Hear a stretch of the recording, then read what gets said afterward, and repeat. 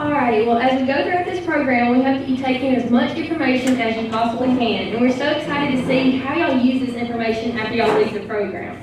To start things, we're going to get Ethan. He is going to have our invocation, and then we'll have Amber. She's going to come introduce our special guest, who we are so excited to have, Miss Juanita Floyd. After the program is over, feel free to go grab some Subway sandwiches. We have drinks, cookies, and chips back there. And we just want to say thank you to Subway for always helping us get things ready for our organization and providing us with these meals. Alrighty, let's just go ahead and get started with Ethan giving our invocation. Alright guys, let us pray. Father, we praise you for this event and your purpose for it. We know that when we gather together, you always have a divine agenda. We love you for that, Father, that even when we have done what you have asked, the results are so much greater than we ever could have imagined. Even in failed attempts, you blow us away with your faithfulness to provide what we need.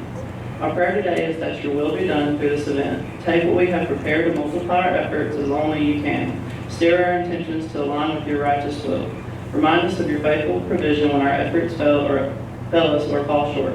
May all glory go up to you when we reach the finish line and climb over benchmarks. Blanket us with your peace today, Father. Keep us physically safe and guard our hearts and minds from pride and selfishness. Keep love at the forefront of our minds today and the guiding light for all we set out to accomplish and celebrate. In Jesus' name, amen.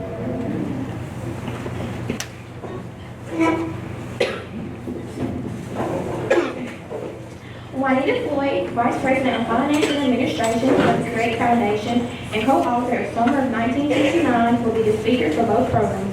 She has been employed with the Foundation for almost 35 years. The Foundation established a Bernice Gamble Endowment Fund and an amount of $10,000 to honor both Floyd and her 20th anniversary as well as her mother. She is active in community affairs, serving on several boards. Floyd was the Tupelo PTO president and was selected Parent of the Year in 2008.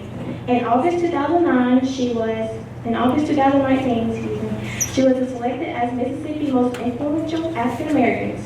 Her additional honors include Tupelo Trailblazer of the Year, and in 2016, she was the focus of WTVA Positively Mississippi segment featuring local heroes during Black History Month. Floyd is the graduate of Northeast Mississippi Community College and the University of Mississippi, where she earned a bachelor's degree in accounting. For several years, she has been an inspirational and motivational speaker. In 2017, she was the commemorative speaker at ICC and Black History Speaker for Tupelo High School. In 2018, Floyd was the keynote speaker for the opening session of the Mississippi Literacy Association. For more than 10 years, as a community columnist for the Northeast Mississippi Daily Journal, she is an active member of Jesus New Testament Holiness Church located in the Red Hill community of Union County. Her families include 3 children, Tyler, daughter-in-law, Jalecia, Taylor, and Tyra, grandsons Andrew and 7, and granddaughters Legacy and Autumn. Please welcome Juanita Floyd.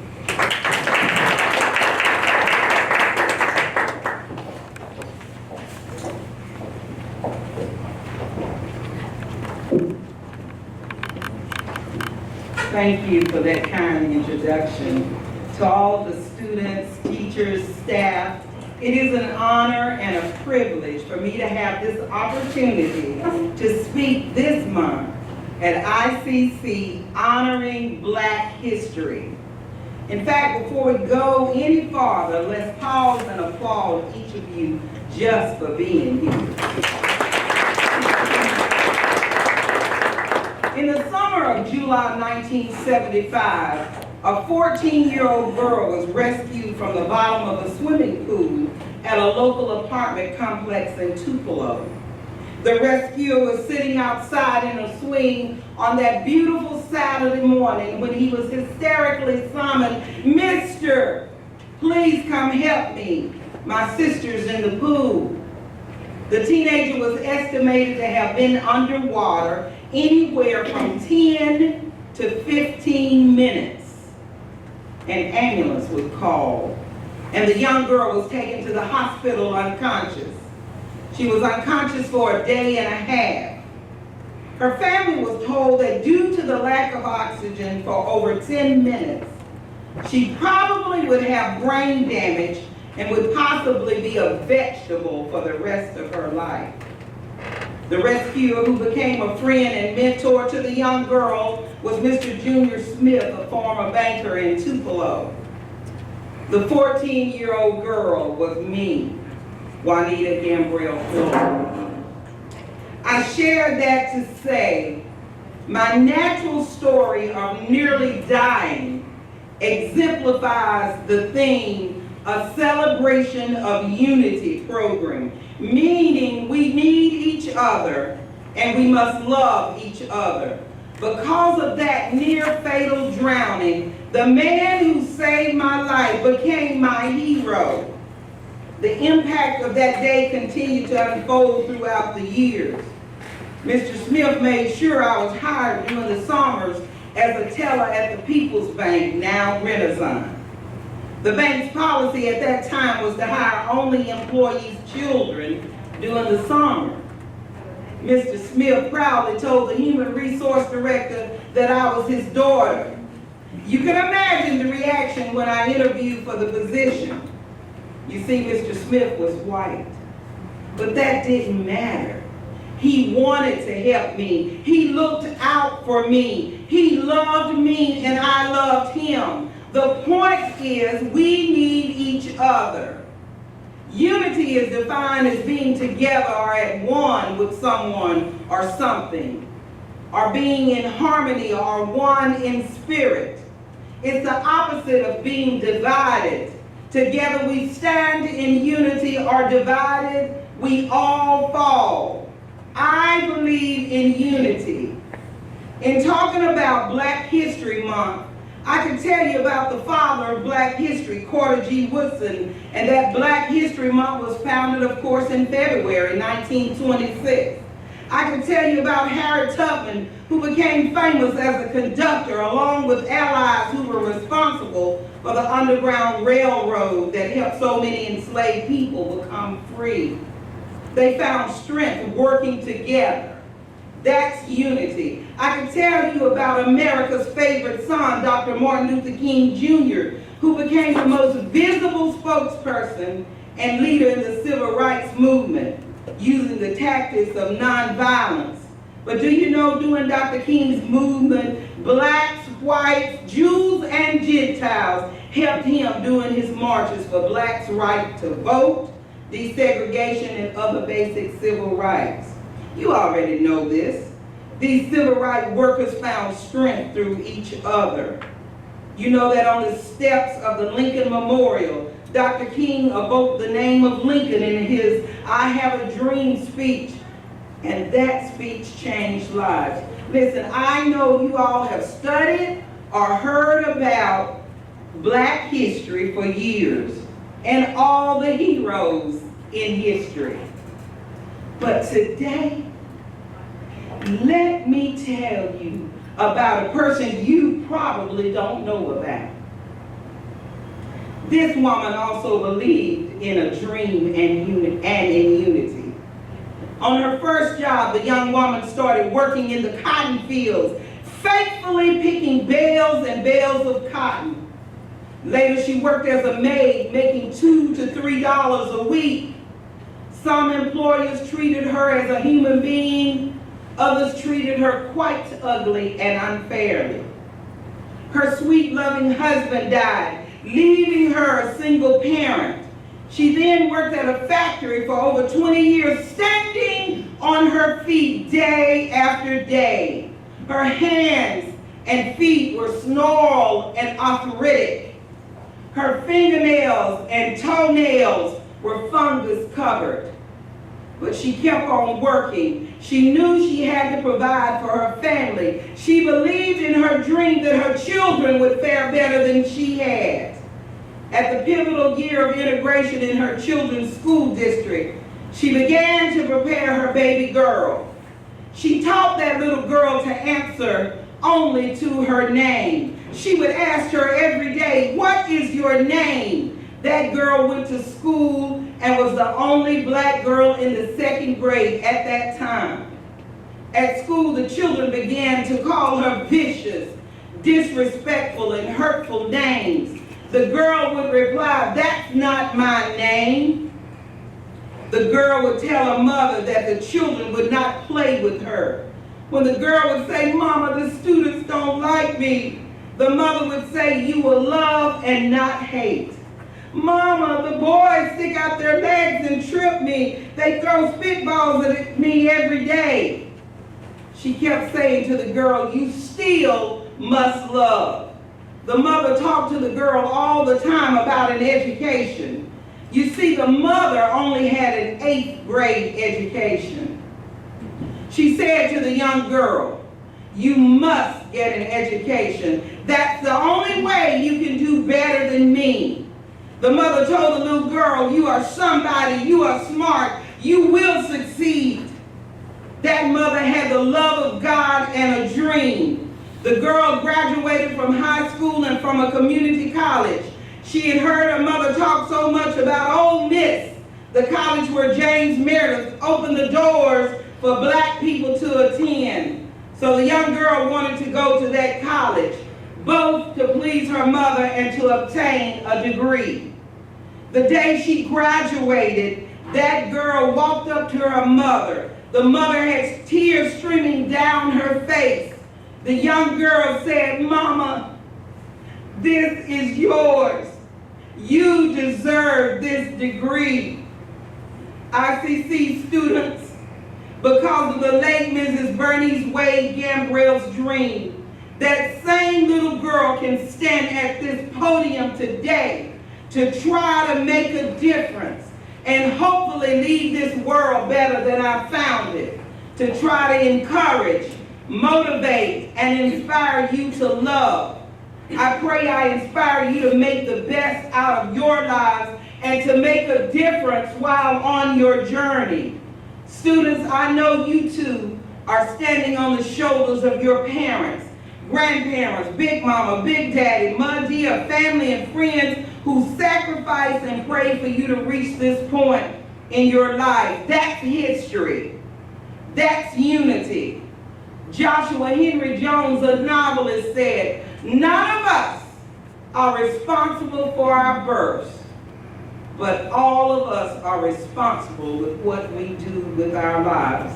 Whatever your lot is in life, whatever knowledge you have acquired, whatever capacity, large or small, you have the opportunity and the responsibility to make a difference and leave your mark on ICC and your community, because you are standing on the shoulders of giants.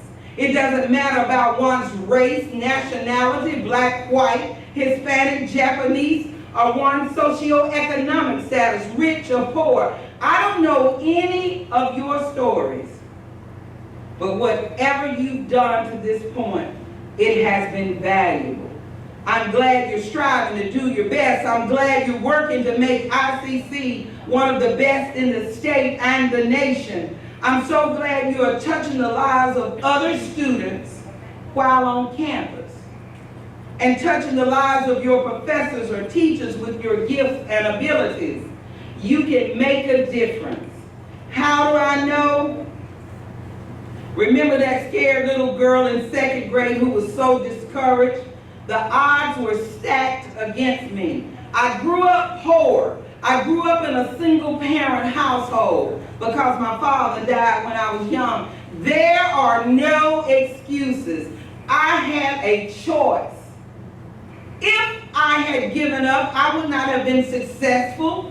I would not be working as a professional. I wouldn't have a job. I would not be managing the $136 million of assets of Create Foundation. Through my job, I never thought I would be interacting with bank presidents, hospital presidents, college presidents like Dr. Allen, business owners, lawyers, and doctors as a scared little girl. I never thought the past president of ICC would contact me and ask me to be the commencement speaker for a college. I stood before hundreds of graduates and hundreds of people. I even made a video commercial for ICC. As a little girl, I never thought I would be standing before audiences sharing my mother's story. I never thought I would be standing before you. I never thought that for almost 12 years, I have been writing a monthly column in the Northeast Mississippi Daily Journal. I never thought that I would publish a children's book about my mother called The Summer of 1969. I am an author that scared little girls is an author. I never dreamed that this book would be submitted to the Teacher's Choice Awards, and for 2019, we won a national award in the category of family. I never imagined that people of all ethnicities would donate monies to help get this book into schools and libraries. To date, over 5,000 books have been donated. I celebrate unity. I celebrate the magic of education. It has opened so many doors for me. I celebrate the magic of writing. Students, I could have easily been bitter, a racist, unproductive, no motivation, no love of people. I want you sitting right here to know I could have been a dropout.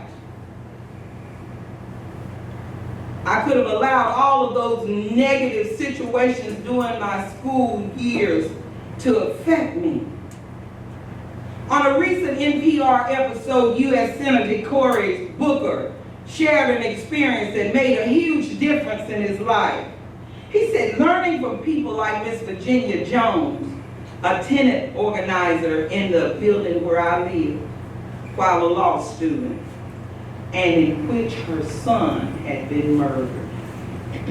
Miss Jones said, describe the neighborhood, and I described it, the drug dealing, the projects, the abandoned buildings, and she said to me in a very curt way, boy, you need to understand that the world you see outside of you is a reflection of what you have inside of you.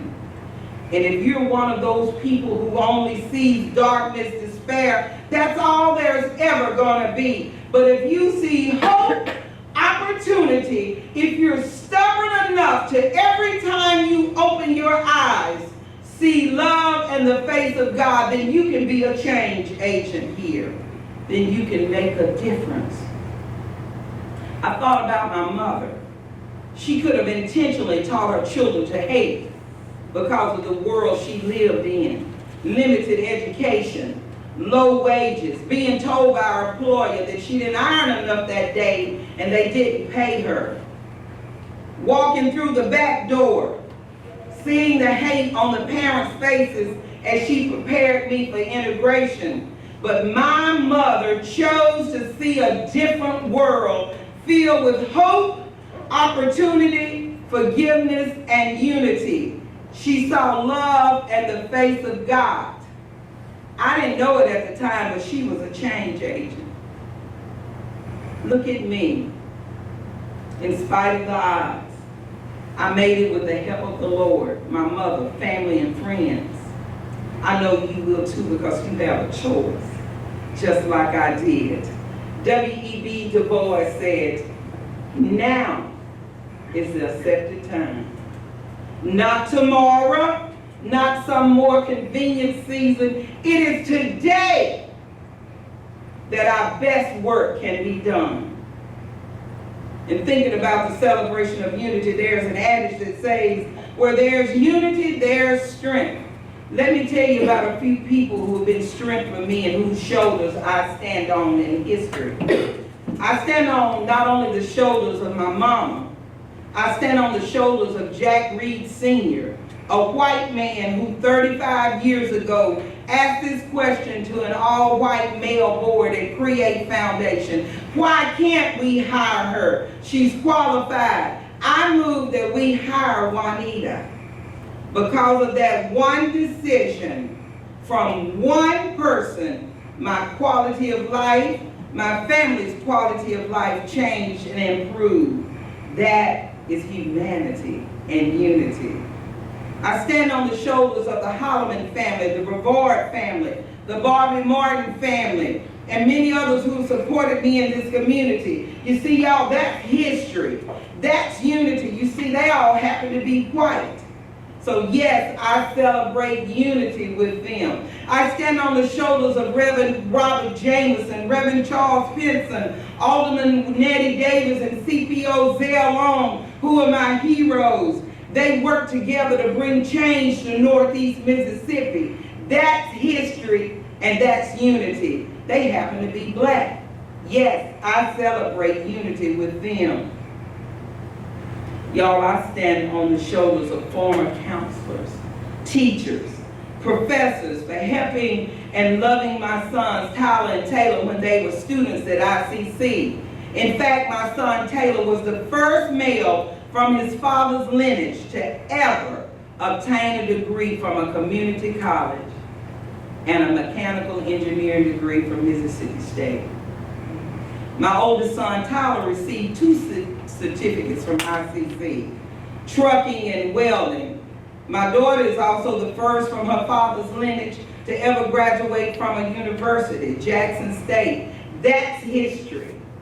That's unity. I celebrate unity from the ICC family. I stand, of course, on the shoulders of my brothers, Ray, Wade, and Frank, my sisters Barbara and Valerie, who have supported me through thick and thin. Again, that's history. That's unity. That's strength. In thinking about the celebration of unity, and I'm getting ready to close, I affirm the old African proverb, it takes a village to raise a child. I am so grateful for my village of people who loved me, helped me, and stood with me regardless of race, color, or creed. My history, black history. I'm a witness that we need each other and we must love each other. Unity is needed for survival. The lyrics of a gospel song reminds me of unity. I need you, you need me. We all are a part of God's body. Stand with me, agree with me. You are important to me. I need you to survive. I pray for you, you pray for me. I love you, I need you to survive. Students, this world and your community needs you to survive. Likewise, I implore and encourage each of you to find that teacher, find that professor, that minister, that neighbor, that other student to be a part of your village as you find your strength, as you live your history, as you celebrate unity during Black history and throughout the years. In closing, an unknown author said, there are 2 dates on every tombstone. There's a birth date and there is a date of death. And every human being is guaranteed those 2 dates.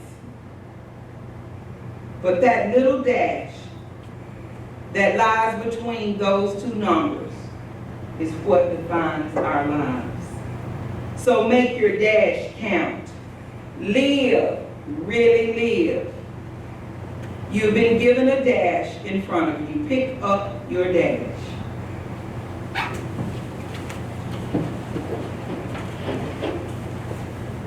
Hold it in your hand. Your dash is in your hands. Think about your dash. Ask yourself, what can I do with my dash? I leave you with this question, and only you can be the judge of the answer. ICC students, professors, staff, 10 years, 25 years, 30 years.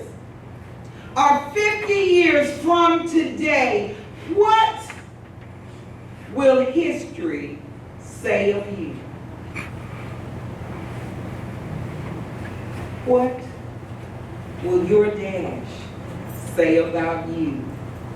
Did you celebrate unity with others? In the spirit of love and unity, did you respect and love all mankind regardless of race, color, or creed? Again, what will history say about you? Thank you.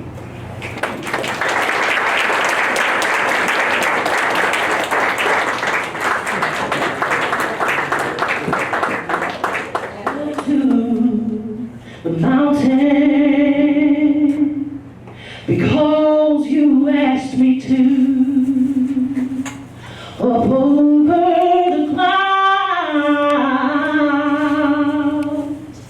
to where the sky is blue.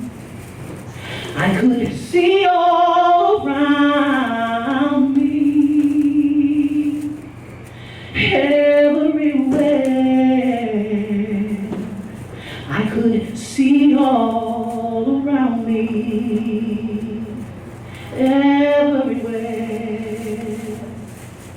Sometimes I feel like I've never been nothing but tired, and I'll be working till the day I expire. Sometimes I lay down, no more can I do. Oh, but then I go on again, Lord, because you asked me to. Some days I look down, so afraid I will fall. And though the sun shines, I see nothing at all. And then I hear your sweet voice.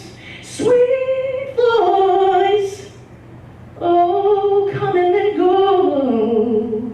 come and then go, telling me softly you love me so.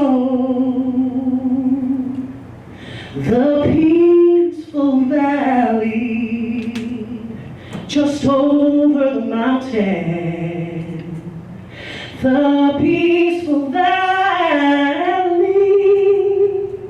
is so few come to know.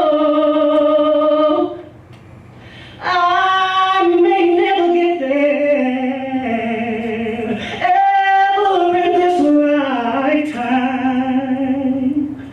Oh, but sooner or later, it is there I will go.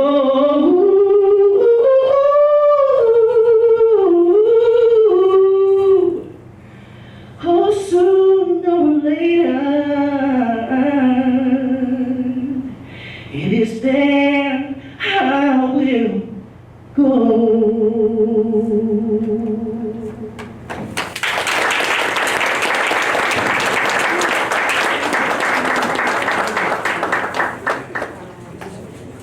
Has everyone had a great time so far? Yeah. Well, I just want to say thank you again for all coming out. And we also want to give another thanks to Miss Floyd. Can we get another round of applause for her? Thank you so much for coming out and sharing your story with us. It means so much to us. And I can't wait to see how each one of y'all use this story in our daily lives from here out. Like I said, if y'all want some sandwiches, there's refreshments and things in the back. Be sure to stay around and talk. And if you see Miss Floyd, just tell her thank you. Or if you see a student government officer, just be sure to tell them thank you. It took a lot of hard work and a lot of preparation for this program. And we really just hope y'all enjoyed it. So thank you, and y'all have a great day.